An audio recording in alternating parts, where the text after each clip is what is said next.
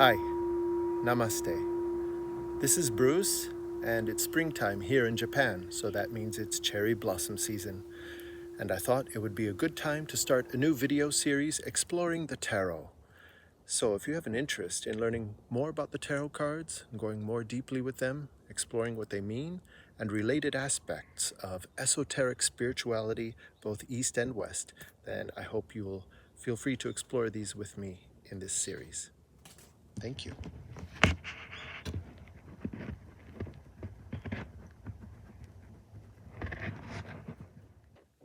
So before we get started, I would just like to say that you're not required to be religious or spiritual at all to get any benefit from studying the tarot. It can be approached simply as a system of psychological symbols that can help us as we move through our lives and through the world by understanding and comprehending all the different aspects of our existence and how we can learn by looking at aspects of our lives that we don't normally look at, or parts that we have passed through already, or parts that we are aiming towards. So the tarot can be very useful as a tool in that way, but you are in no way required to change your religion or to have a religion at all. Okay, with that in mind, let's proceed. All right, so let's start by looking at the tarot as a mandala. As you may already know, a mandala is a cosmic map, a map of the soul. Usually, in its most basic, simplest idea, its form consists of the four directions, north, south, east, and west, with the center being a focal point. It can be used in meditation to guide the mind through a field of a particular field of whichever design the mandala is intended for, which is very important. What is our intention on our spiritual path? What are our goals and what will take us there? The mandala is of a similar concept in that way. You follow a certain path to eventually you'll reach in your meditation the central point, the sanctum sanctorum, the holy of holies, where you come into unity with spirit. So in this basic concept of north, south, east, and west, and the center point, so with the tarot cards. The tarot, as you probably already know, is a pack of cards of 78 cards divided into two main categories. There's the major arcana, 22 cards, and the minor arcana, 56 cards, which is in the minor arcana divided into four suits, which are wands, cups, swords, and pentacles, or coins. And this corresponds to our modern playing cards of clubs, hearts, spades, and diamonds.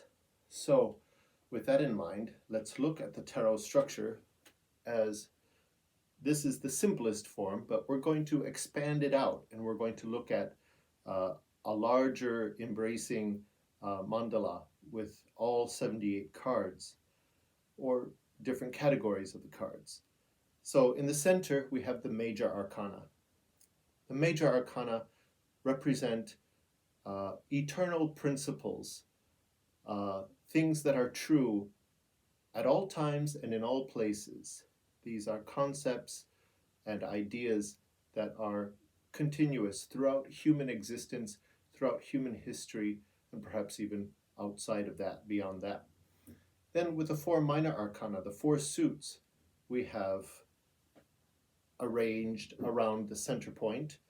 We have four categories of existence which correspond with the four elements and different associations that come from each of those elements. So let's begin. Usually the four suits corresponding with the four occult elements are in the following order: fire, water, air, and earth. So with the tarot minor arcana, we would go with beginning from fire with the wands, which are The wands are passion and that impulsive energy. They are assertive and fiery. They are exerting effort, and they have a sense of creativity. It relates to fertility, physical and mental, and all aspects of that creative drive and force, impulse to begin, to start, that spark that begins things. Okay, so that's the Arcana, the suit of wands and fire.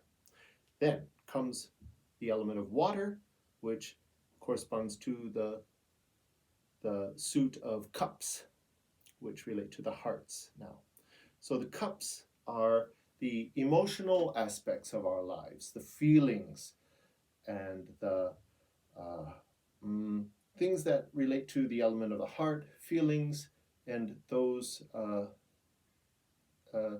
emotions that are so integral to how we interact in our personal relationships with others, with family, with friends, with all people. Okay, so the suit of cups really corresponds to the emotional and feeling and sensitivity plane of our awareness. Okay, so we go from the fire to the water to the air, which corresponds to the suit of swords.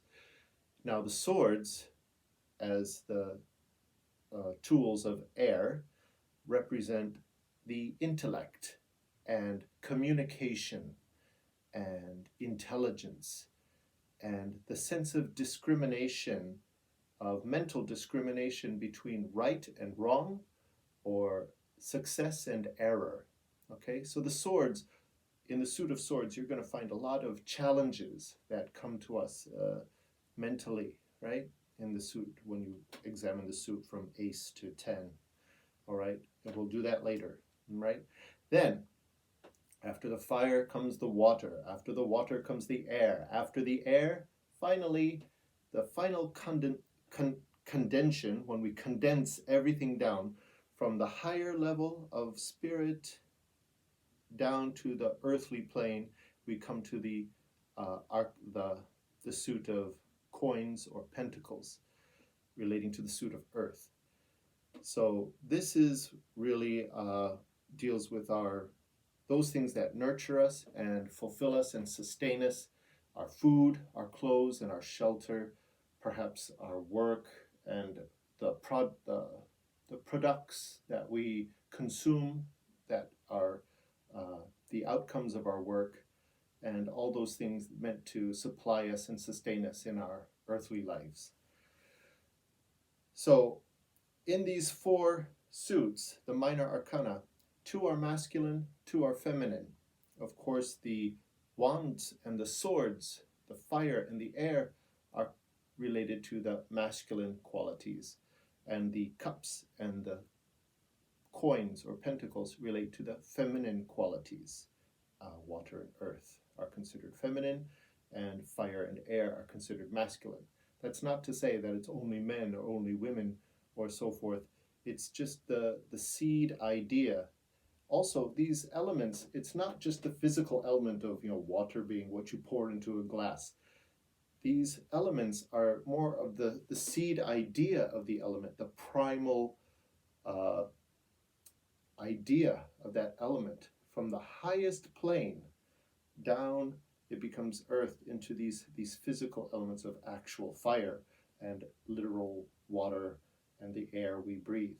But these aces and of these suits, they represent that core qualities of those elements of fire, water, air, and earth. And so here I have the aces of each of the minor arcana arranged around some two central cards from the major arcana. Usually I have the whole deck here, but because I have it on a plane here that's tilted so that the camera can see it in a better way, I don't want all the cards to go sliding onto the floor. So please just understand that you can arrange it like this each in their own pack. in the center here, I have what we could say are the alpha and omega of the major arcana. I have the Fool, which is numbered 0 or unnumbered. It's literally the 0 card or no number card. And the World, which is number 21. It's actually, out of the 22 major arcana, this is the final one. So the alpha and the omega, the beginning and the end, which also could correspond in the Eastern idea, the Eastern philosophical idea of Yang and Yin, of Yab Yum, Shiva Shakti. All right, these two cards, when we expand out the whole deck into the mandala, these are going to be the seed, the bindu, in the center of our mandala. First, we'll have the Fool. He's going to lay down, and we're going to have the World on top. Now, for those of you who have some knowledge of Tantra and some ancient civilizations in which the feminine and the masculine are balanced in a certain way, this makes a lot of sense. When we put them like this, with the Fool laying down, supine, and le monde, the world, dancing on top of him, which is very much similar to the images we see of Kali dancing on Shiva, and the Shakti and the Shiva intermingling. So this is going to be the seed at the center of our mandala. We're going to expand out the 4 suits as well as the court cards, and we're going to see what that looks like. Before we expand it out, one final thing I'd like to offer for you to contemplate as we are here in this video series. I want to bring into balance the East and the West, some of the occult traditions of the Western European traditions and the Eastern traditions, especially of the tantric current that spread from India through Tibet and China and traveled into Japan and eventually throughout all of Asia, but also with effects that happened throughout the Mediterranean. But let's not get too far lost in those weeds. But the 4 elements, the 4 suits of the minor arcana, these can be related to the 4 aims of life as exhibited in Hinduism of dharma, artha, kama, and moksha. That's not to say that's all that is. In fact, the tarot comes, of course, from the European esoteric current, with beginnings going back into the Middle Ages with these symbols, back into the Middle Ages, if not before, and then they became codified into the Renaissance period, when the corpus hermeticum became more easily available for those educated to read it in their native languages. So, which of course, we could relate these 4 suits to the 4, I don't want to say caste, but the 4 basic components of medieval society, which is to say the swords representing the nobility, and the cups representing the clergy, and the coins connecting with the merchant class and artisans and craftsmen, and the wands corresponding to the rest, the peasants, the peasant class. But in the Eastern tradition, we could also, I think it maps onto the tarot very nicely with dharma, artha, kama, and moksha. Let me give you a little bit more insight about that from this book, Dancing with Shiva by Satguru Shivaya Subramanya Swami. This is called the Purushartha, the human wealth or purpose. What is the value? What is the worth of a human life? And these 4 suits, they really can be mapped on with these Purushartha. So let me just give you this for your contemplation. Okay, the 4 pursuits in which humans may legitimately engage. All right, first is dharma. Now, I believe dharma would connect with the suit of wands and the energy of fire. Okay, dharma, which is a little difficult to translate into English, but we usually translate it as duty. Okay, dharma is also righteous living. Okay, righteous living, the fulfillment of virtue, good works, duties, and responsibilities, restraints and observances, performing one's part in the service and upliftment of society.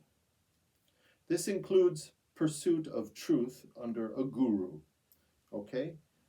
And let's see, dharma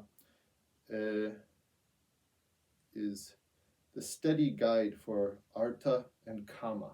Okay, so if we're following dharma, that's going to guide us through the cups, the water, and the earth, the coins. Next, we have artha, which is prosperity and wealth. That, of course, maps onto the suit of coins or pentacles. All right, artha is wealth, material welfare and abundance, money, property, possessions. Artha is the pursuit of wealth guided by dharma. All right, it includes the basic needs: food, clothes, shelter, money, and extends to the wealth required to maintain a comfortable home, raise a family, fulfill a successful career, and perform your religious duties. The broadest concept of wealth embraces financial independence, freedom from debt, worthy children, good friends, leisure time, faithful servants, trustworthy employees, and the joys of giving, including tithing. And it's also protecting all creatures. If you have a pet, or pets, or supporting people who are in need, offering hospitality to guests, and to supporting your family, uplifting your family. This is a wide idea of prosperity and wealth demonstrated by the concept of artha and wealth, and that's, of course, for coins in the earth. Then we're looking at the next one is kama, which maps perfectly onto the suit of cups and the element of water. Kama means pleasure or love and enjoyment, earthly love, aesthetic and cultural fulfillment, pleasures of the world. This includes sex and also the joys of having a family, intellectual satisfaction, enjoyment of happiness, security and creativity, and usefulness and inspiration. All right, all these things that come from the heart center and the element of water relating with cups. So we have dharma with the wands, artha with wealth and prosperity and the suit of coins. We have kama connecting with the cups and water and emotions. Finally, we have moksha, liberation. I map onto the suit of swords. Moksha as liberation, and as taught in Eastern philosophies, it means the liberation, the final liberation of the spirit. There's a wheel of death and rebirth, reincarnation, right? We are born, we live, we die, we are reborn, we live, we die, over and over, right? The concept of reincarnation. Moksha is liberation out of the wheel of time and space and birth and death and rebirth. You are liberated, finally, right? So moksha, liberation, freedom from rebirth through the ultimate attainment, realization of the self, God, Parashiva, the spiritual attainments and superconscious joys attending renunciation of the world, and yoga leading to self-realization. Moksha comes through the fulfillment of dharma, artha, and kama. All right? We have to fulfill these things. We have to move through the fire. We have to move through the water. We have to move through the air. We have to, cut away our delusions with the sword of discrimination to attain moksha, to attain liberation. Okay, in current and past lives, so that one is no longer attached to worldly joys or sorrows. It is the supreme goal of life. Okay, so my idea of moksha, I associate it with the swords because I'm reminded of in the Mahabharata the scene when Lord Krishna teaches Arjuna, the soldier, between the two battles that are ready to begin between the two armies that are ready to begin a battle, just at the start, and Arjuna has a moment of wavering in his idea of duty. What is my dharma? I don't want to fight the people that I love, my revered teachers, family, and so forth. And then Lord Krishna leads him, through the sword of discrimination and intellectually showing him this is, a scientific truth. It's not just spirit, but it makes rational sense. So I would connect that with the swords.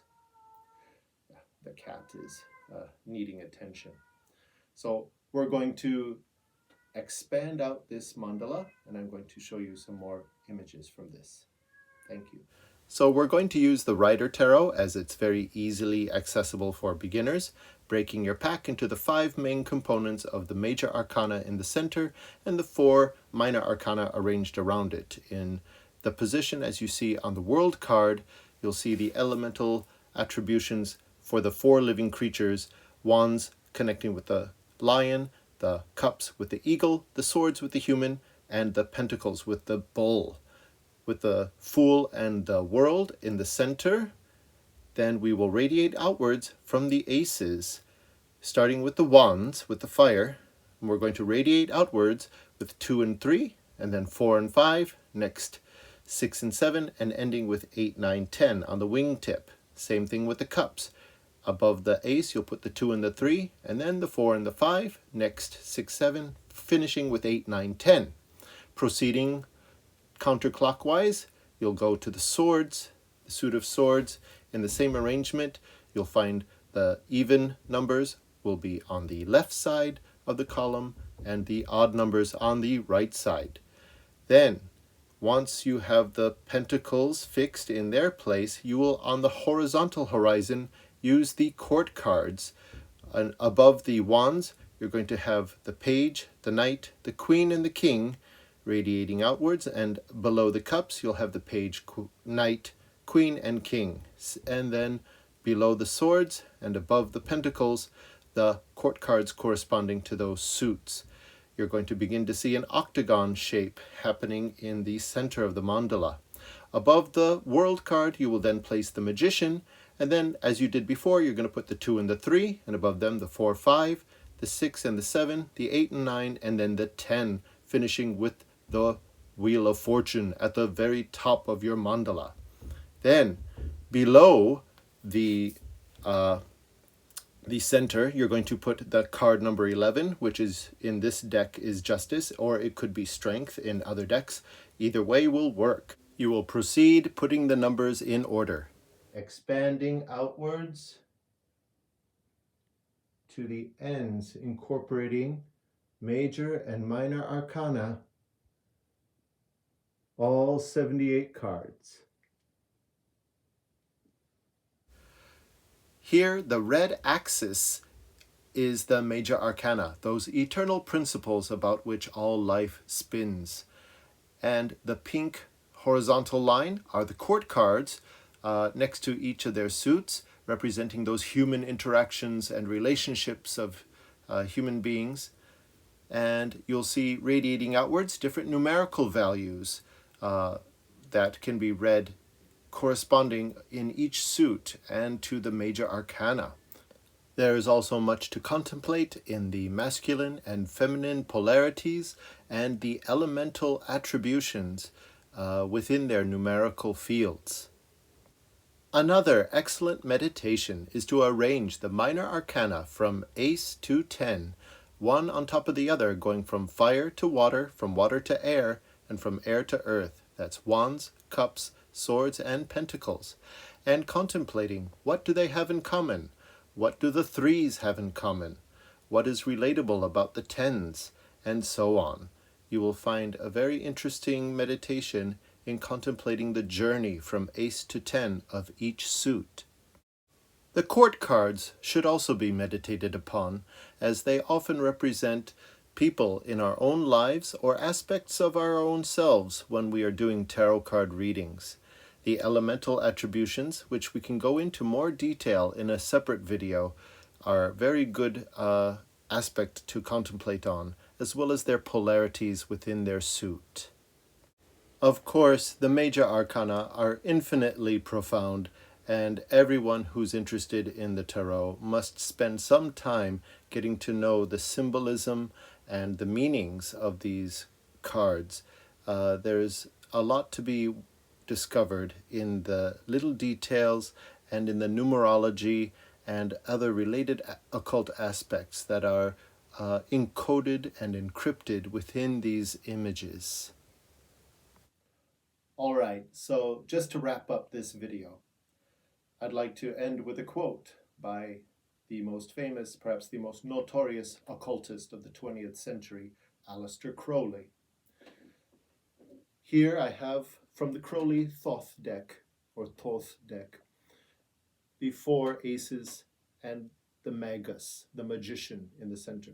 Because I think this quote I'm going to share with you comes from the sense of the magus, the magician, who in the picture, in the card, has the 4 symbols of each of the suits, the 4 suits before him, usually on a table or whatever. But the magician manipulates through his dexterous ability of choice and discrimination and creativity and feeling.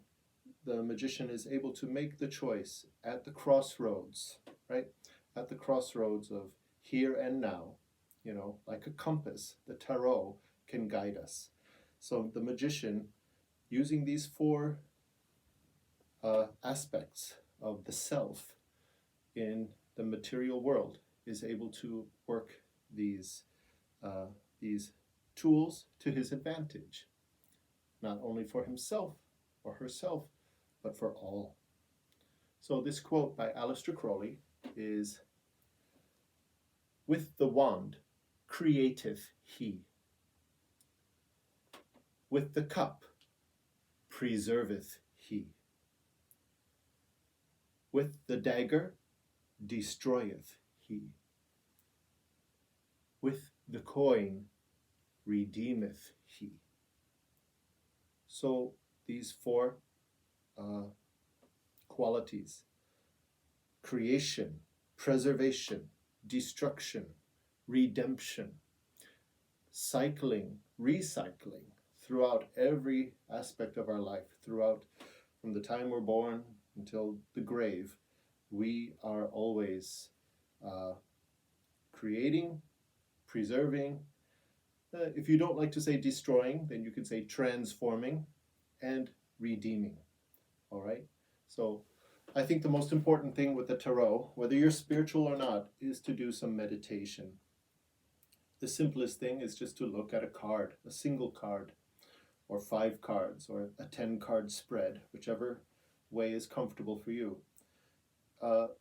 Just follow your intuition, mostly. And until next time, please practice. Practice contemplation, practice meditation, going within, taking away all the distractions, the phone, the TV, whatever, whenever you can, even 5 minutes a day, or, a few times a week if you're able. Take a few minutes to practice going within, finding a center, being at peace, and contemplating. All right? Until next time, Om Shanti.